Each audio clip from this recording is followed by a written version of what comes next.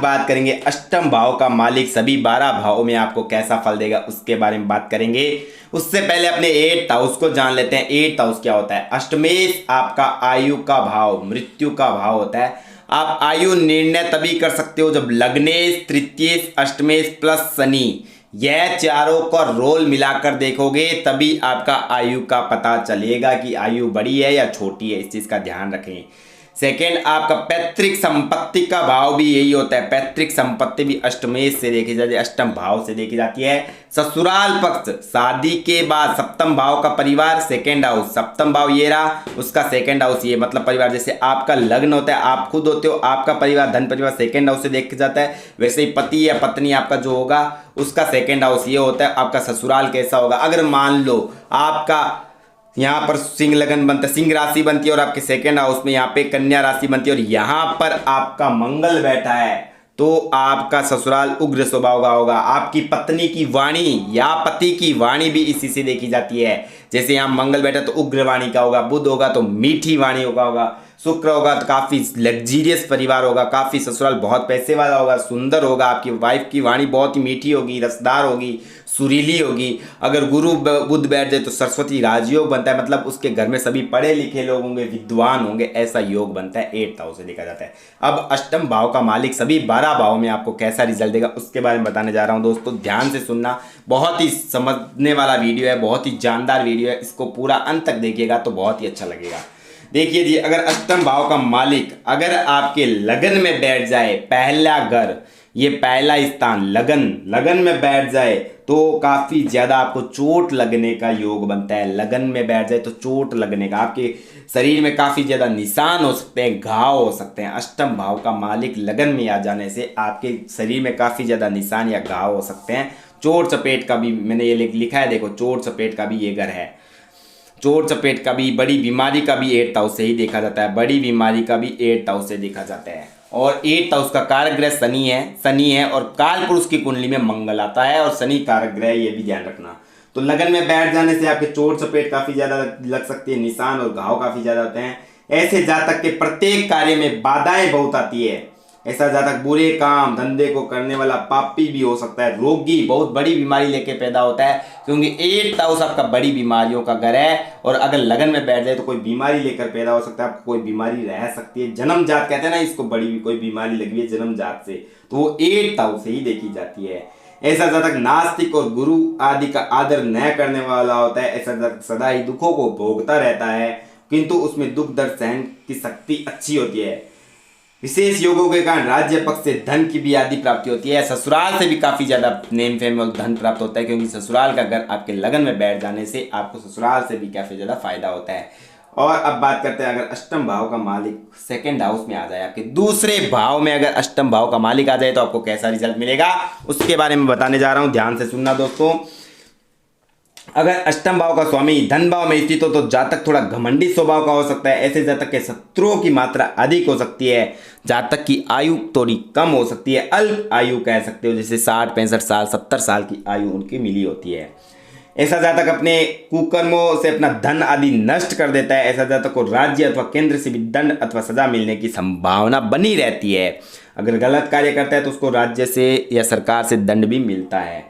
अब बात आने जा रहा हूँ, अष्टम भाव का मालिक अगर तीसरे स्थान में आ जाए, अष्टम से अष्टम आ जाना, अष्टम से अष्टम, अष्टम भाव का स्वामी अगर तृतीय स्थान में आ जाए तो ऐसे जातक को अपने भाइयों से सुख नहीं मिलता है, तो उसके भाई भी नहीं होते हैं, तो भाइयों से आपस में बनती नहीं है, बैर रहता है, शत्रु रहते हैं, क्योंकि ये भाई का घर है। तीसरा स्थान भाई बहन का घर होता है, ये ध्यान रखना। तीसरा स्थान आपका भाई बहन का होता है, तो उसके भाई बहन से भी नहीं बनते। अनेक लोगों से परेशान रहता है, ऐसा जातक सुखी नहीं रहता, क्योंकि अनेक लोगों के कारण जातक का शरीर काफी ज्यादा कमजोर हो जाता है और अष्टम से अष्टम हो जाना बहुत ही ज्यादा खतरनाक हो जाता है। उसको तरह तरह की बीमारियां लगी रहती है, अनेक लोगों से परेशान हो जाता है, सुखी नहीं रहता, जिंदगी उनकी नरक जैसे बन जाती है। उसके लिए आपको अष्टम का मंत्र जाप करना है और दान करना है। दान करे, मंत्र जाप करे, दान मंत्र है, उसका रत्न धारण नहीं करना है और उसका मंत्र व दान करना है। अगर मान लो आपका अष्टम भाव और पंचम भाव, अगर मान लो यहाँ कुंभ राशि या कुंभ लग्न बनता है, तो पंचम में भी बुध का घर, अष्टम का भी बुध का घर। अब पंचम का रत्न पहन सकते हो, अष्टम का भी वही है मालिक।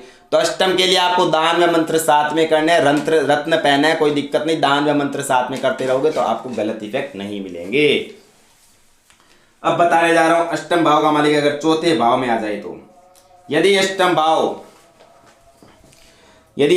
चतुर्थ स्थान में आ जाए, यदि अष्टम भाव आपके चतुर्थ स्थान में आ जाए तो आपको काफी ज्यादा कष्ट नहीं मिलते हैं, आपकी बुद्धि काफी ज्यादा अच्छी हो सकती है, आपको तरह तरह के राजयोग मिलते हैं और पिता पुत्र का एक दूसरे से थोड़ा ईर्ष्या रह सकता है, बैर बना रहता है। ऐसा जातक भगवान सुख आदि से थोड़ा रहित रहता है, पैतृक संपत्ति को नष्ट करने वाला होता है, पैतृक संपत्ति मिलती है उसको नष्ट भी कर सकता है, सुख रहित रहता है क्योंकि सुख स्थान में अष्टमेश का आना सुख विहीन कर देता है। ये चीज का ध्यान रखना, उसको सब चीज मिलेगा लेकिन उसका नष्ट कर देगा वह खुद ही अपने हाथों से, इसलिए सुख से वह रहित हो जाएगा। अब बात आने जा रहा हूं यदि अष्टमेश अत्यधिक पाप प्रभाव में हो तो जातक को अपने पिता से बहुत ज्यादा अनबन रहती है, पिता पुत्र में हाथापाई तक की नौबत आ सकती है, लड़ाई झगड़ा हो सकता है, दोनों के बैर काफी ज्यादा न्यायालय तक मतलब कोर्ट कचहरी तक पहुंच सकते हैं, इस चीज का ध्यान रखना। अब बताने जा रहा हूं यदि अष्टम भाव का मालिक पंचम भाव में आ जाए, पांचवें स्थान में आपका अष्टम भाव का मालिक आ गया तो आपको कैसा फल मिलेगा, ध्यान से सुनना दोस्तों।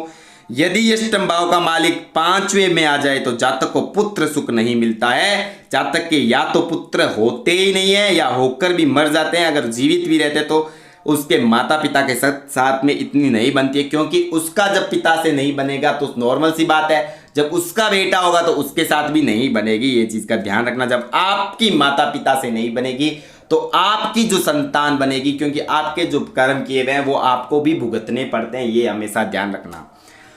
ऐसा जातक कपटी, दूसरों से द्वेष करने वाला, अल्पायु होता है, अल्प व मंद बुद्धि वाला होता है। जातक को अपनी दीर्घायु के लिए अनुष्ठान व जप आदि करने चाहिए, उसको मंत्र जाप करना चाहिए, मैंने दान भी लिखा है, दान भी करना चाहिए और मंत्र जाप भी करने चाहिए। यदि जन्म कुंडली में अष्टम भाव का मालिक छठे भाव में आ गया हो, शत्रु भाव में आ गया हो तो इस जातक को शत्रु बलवान होता है, समय समय पर शत्रु उसे परेशानी व कष्ट दिया करते हैं। ऐसे जातक को अनेक प्रकार की चिंताएं बनी रहती है। ससुराल पक्ष भी आपका शत्रु बन सकता है, ससुराल मतलब आपके सप्तम भाव का शादी लाइफ भी बिगड़ सकता है और कोर्ट कचहरी तक आपको पहुंचना पड़ सकता है। कभी कभी आपने देखा होगा आज के केसेस में शादी होती है फिर लड़कियां उसको छोड़ के जाती है तो उनके ऊपर कोर्ट केस होता है और लंबा झगड़ा चलता रहता है, फिर मेंटेनेंस के लिए उनको पैसे देने पड़ते हैं। तो ये कहानी तभी होती है जब अष्टमेश का मालिक छठे स्थान में आ जाए, विपरीत राजयोग बनने पर आपको रिजल्ट्स अच्छे मिलते हैं। यदि जन्म कुंडली में सूर्य अष्टमेश होकर छठे भावगत तो जातक का वीर राज्य से अथवा राज्य कर्मचारियों से भी रहता है, उसके सरकार के साथ भी प्रॉब्लम्स अनबन रहती है। चंद्रमा अगर अष्टमेश होकर छठे भाव में हो तो जातक नाना प्रकार के तरह तरह के रोग उसे परेशान करते रहते हैं। अगर मंगल अष्टम भाव में स्वामी हो तो छठे स्थान में आ जाए, अष्टम भाव का मालिक अगर मंगल और छठे स्थान में आता है जातक को अनेक प्रकार से हानि उठाना पड़ता है, क्रोधी और उग्र स्वभाव से उसके काफी ज्यादा परेशानी आती है। अब बताने जा रहा हूं अगर बुध अष्टम भाव का मालिक बने और छठे स्थान में आ जाए तो ऐसे जातक को चित्त में भय घबराहट का समावेश रहता है, हमेशा चिंता बनी रहती है। यदि बृहस्पति गुरु अष्टमेश होकर छठे स्थान में विराजमान हो तो जातक के शरीर में दर्द बना रहता है। अगर शुक्र अष्टम भाव का मालिक होकर छठे भाव में आ जाए तो जातक को गुप्त रोग रहते हैं। और शनि अगर अष्टमेश होकर छठे भाव में आ जाए तो जातक को गठिया व संधिवात और धनुर्वात आदि की संभावना बनी रहती है। ये बड़ी बीमारी छोटी बीमारी में आएगा तो बीमारी से परेशान रहेगा, बीमारियों में उलझता रहेगा। यदि कोई ग्रह अष्टमेश होकर छठे भाव में शुभ राशि, उच्च राशि या मित्र राशि आदि में हो तो उसे शुभ फलों की प्राप्ति होती है। विपरीत राजयोग में काफी ज्यादा अच्छे रिजल्ट मिलते हैं। छठे भाव में बलवान अष्टमेश शत्रुओं को परास्त करने वाला, विभिन्न रोगों से जातक को मुक्ति दिलाता है। ऐसे जातक को विषैले जानवरों से भी तथा जल में डूबने आती विष पी लेने का डर भी बना रहता है। इसलिए आपको हमेशा बाल्य अवस्था में ये चीज़ अगर किसी के साथ हुई है, अष्टम भाव का मालिक अगर छठे भाव में आ जाए जैसे मंगल शनि और अच्छी उच्च राशि में मित्र राशि में हो तो वो हमेशा उसको बिच्छू सांप वगैरह का डर रहता है और उसको जहर काटने का भी वो डर लगा रहता है, उसको काटा हुआ भी होता है। अब बात करते हैं सप्तम भाव में। सातवें भाव में अगर अष्टम भाव आ जाए, आपका 8th हाउस का लॉर्ड सप्तम भाव में अपने से 12 आ जाए तो आपको कैसा रिजल्ट देगा। यदि सप्तम भाव में अष्टमी नीच शत्रु राशि में विराजमान हो तो मतलब शत्रु राशि का हो या नीच राशि का हो, तो अथवा उस पर पाप ग्रहों की दृष्टि हो, तो जातक कामुक और लालची होता है। जातक का गुप्त रोग होते हैं, जातक उनसे कष्ट उठाता रहता है। ऐसा जातक एक जगह टिक कर नहीं रह सकता है, उसे रहने के स्थान अनेक स्थान बदलने पड़ते हैं। अपने बड़े भाई के लिए भी उसे ऐसा जातक कष्टदायक व हानिकारक होता है। ऐसा जातक काम शक्ति को शांत करने के लिए उल्टे सीधे कार्य करता रहता है। जातक की अपने जीवन साथी से नहीं बनती है, अक्सर खटपट बनी रहती है। जातक उदर रोगी, अल्प और दुष्ट बुद्धि वाला होता है, कुकर्म करने वाला होता है, उसकी दोस्ती कभी टिकती नहीं है। ऐसे जातक का जीवन साथी भी दुष्ट स्वभाव का, हट्टी व अधर्मी होता है, उसे भी बवासीर या भगंदर जैसे एसिडिटी का रोग लगा रहता है। अब बात करने जा रहा हूँ, यदि अष्टमेश आपके अष्टम भाव में स्वैग्रही हो तो आपको कैसा रिजल्ट मिलेगा। यदि अष्टम भाव का मालिक आपका स्वैग्रही हो, जन्म कुंडली में अष्टम भाव का मालिक अगर स्वैग्रही हो, मित्र राशिगत हो, तो जातक स्वस्थ निरोगी रहता है, दीर्घायु वाला होता है। ऐसा जातक अष्टमेश की दशा आने पर धन व सम्मान का भागी होता है, काम धंधे में उन्नति करने वाला होता है और प्रसिद्धि प्राप्त करने वाला होता है। यदि अष्टमेश अष्टम भाव में शत्रु राशिगत अथवा नीच राशिगत हो, उस पर अशुभ प्रभाव या पाप ग्रहों की दृष्टि हो, तो काफी ज्यादा वह जातक अविवाहित रहता है, उसका विवाह नहीं हो पाता है। जातक विद्वान गुरुओं और साधु संतों का सम्मान न करने वाला, अधर्मी व पाखंडी होता है। तरह तरह के पंडितों के पास घूम फिर कर वो कभी कई जगह संतुष्ट नहीं होता है और उसकी शादी ना होने के योग बने रहते हैं और यात्राओं में आदि दुर्घटना होने की संभावना बनी रहती है। नवम भाव में अष्टमेश अगर हो, आपके 9वें स्थान में अगर अष्टम भाव का मालिक हो 9th हाउस में, तो आपको क्या रिजल्ट मिलेंगे उसके बारे में बता रहा हूं, ध्यान से सुनना। नवम भाव में अष्टमेश शुभ राशि का हो तो जातक को काफी ज्यादा वसीयत मिलती है, पैतृक संपत्ति मिलती है आपके भाग्य को। ये भाग्य भाव 8th हाउस, 8th हाउस पैतृक संपत्ति है, भाग्य भाव। तो आपको वसीयत, शुभ राशि हो, मित्र राशि हो, तो आपको काफी ज्यादा पैतृक संपत्ति मिलती है। और ऐसा जातक धर्म कर्म करने वाला होता है और साधु संतों का काफी ज्यादा मान सम्मान करने वाला होता है। यदि अष्टम भाव का मालिक नवम भाव में शत्रु राशि में हो तो उसके विपरीत रिजल्ट मिलते हैं। साधु संतों को ढोंगी बोलता है, धर्म कर्म नहीं करने वाला नास्तिक होता है और पिता से अनबन बनी रहती है। और यदि अष्टमेश का मालिक दसम भाव में 10th हाउस में आ जाए तो आपको कैसे रिजल्ट मिलेंगे। यदि अष्टमेश अष्टम भाव का स्वामी ग्रह दसम में आ जाए तो अर्थात अष्टमेश राज्य भाव में शत्रु अथवा नीच राशिगत हो, तो जातक को माता पिता का सुख नहीं मिलता है तथा अल्प मिलता है। ऐसा जातक आलसी, दूसरों की चुगली करने वाला हो सकता है। यदि अष्टमेश पाप ग्रहों के प्रभाव अधिक हो अथवा दसम भाव पर पाप ग्रहों का प्रभाव हो, तो ज्यादा से ज्यादा उसकी माँ का चरित्रहीन हो सकता है, उसकी चरित्र विश्वास करने योग्य नहीं होता है। ऐसे जातक में अवगुण काफी ज्यादा होता है, वह अपने स्वार्थ के लिए कुछ किसी का भी बुरा कर सकता है, इस चीज का ध्यान रखना आप। अब बात करने जा रहा हूँ, यदि अष्टमेश जन्म कुंडली में आय भाव में हो या एकादश मतलब 11वें भाव में हो तो आपको कैसा रिजल्ट मिलेगा। यदि अष्टमेश जन्म कुंडली में 11वें भाव में हो अथवा शुभ राशि उच्च राशि में हो, तो जातक को बाल्यकाल में बचपन में परेशानियां रहती है और बाद में उसको काफी ज्यादा फायदा होता है। ज्यों ज्यों आयु बढ़ती रहती है, सुख सुविधाएं मिलती जाती है, धन संपदा उसकी बढ़ती जाती है, सुख उसको मिलते जाते हैं, तरह तरह के उसके व्यवसाय बनते जाते हैं, तरह तरह के व्यवसाय बढ़ते जाते हैं। ऐसे जातक के परिवार में सदस्य, मित्र आदि भी उसका विश्वास पात्र रहते हैं। यदि एकादश भाव में अष्टमेश शत्रु राशिगत या नीच राशि में हो अथवा पाप ग्रहों के प्रभाव में दृष्टि में हो, तो जातक दुखों को भोगने वाला होता है, निर्धन अल्पायु होता है, क्योंकि सारे रिजल्ट उसके विपरीत होते हैं।